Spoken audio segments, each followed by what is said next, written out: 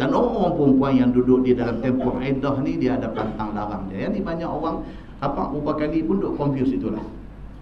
Apa dia larangan kepada orang perempuan yang di dalam iddah ni? Apa dia? Nombor satu, dia tak boleh terima pinangan orang secara langsung.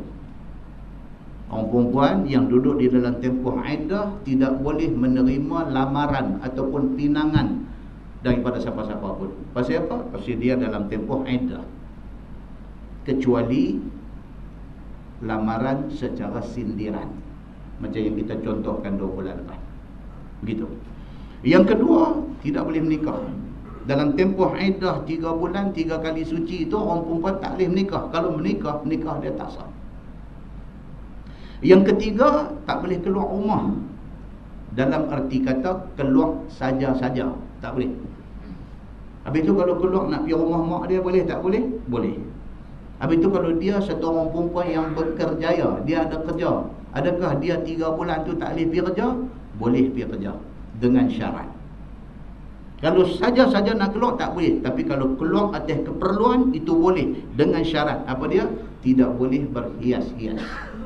Ini cerita ba'idah ni. Tidak boleh berhias, tidak boleh make up, tidak boleh pakai perhiasan yang mahal-mahal, tidak boleh pakai emas, perak dan sutra. Ini diperincikan kemudiannya. Tidak boleh pakai perfume, pakai minyak wangi-wangian, tak boleh dalam tempoh iddah ini. Tidak boleh pakai celak mata, apatah lagi eyeshadow. Celak mata pun tak boleh. Sebahagian ulama fiqh kata kalau nak pakai juga waktu nak tidur, itu boleh. Tapi kalau pakai kerana nak bagi nampak cantik, nak keluar pergi kerja, itu tidak boleh, dia kata. Ataupun tidak boleh pakai pakaian yang berwarna-warni, yang atraktif. Bila pakai, ditarik mata orang bagi tengok kat dia dan sebagainya. Semua benda ni dilarang bagi orang perempuan yang di dalam iddah. Muslimin dan muslimat yang dirahmati Allah sekalian, itulah yang dikatakan disyariatkan iddah kepada orang Islam, ada hikmah-hikmah dia.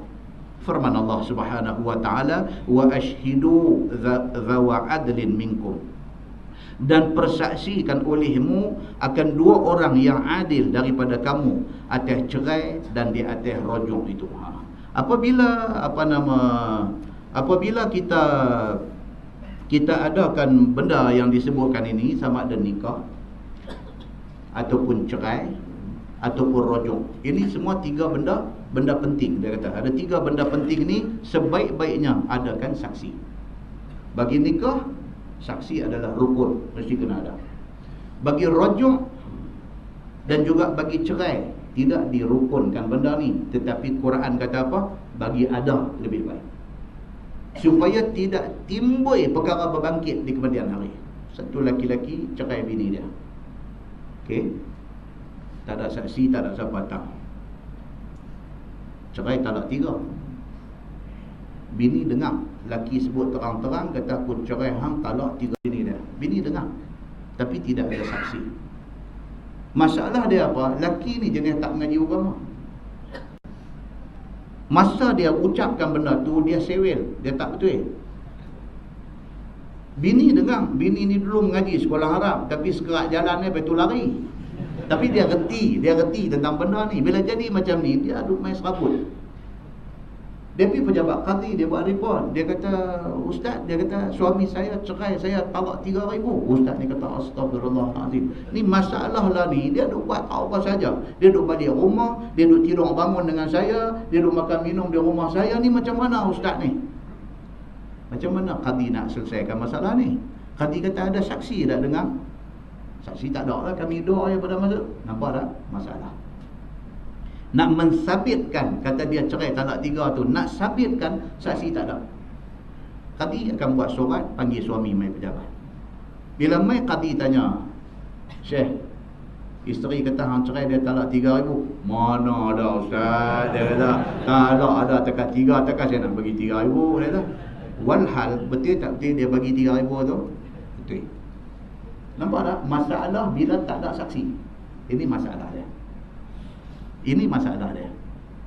Jadi kalau bini hari ni jenis cerdik sikit, bila duk jadi berkelahi, dia on telefon dah, boleh duk buat recording, dia on. Dia rakam apa yang suami dia kata. Setidak-tidaknya itu satu bahan yang boleh dibuat evidence, bukti kata suami ada sebut. Walaupun perlu kepada siasatan yang lebih lanjut. Dia ada banyak lagi cerita dia, tapi setidak-tidaknya ada satu benda boleh tunjuk. Saksi kalau ada, selesai masalah. Jiran sebelah rumah kata saya dengar memang terang suara lelaki dia, memang lelaki dia sebut 3,000. Saya dengar dan saya pun sembang dengan isteri saya, kata 3,000 dah kena sebelah. Kami memang itu saksi. Itu saksi.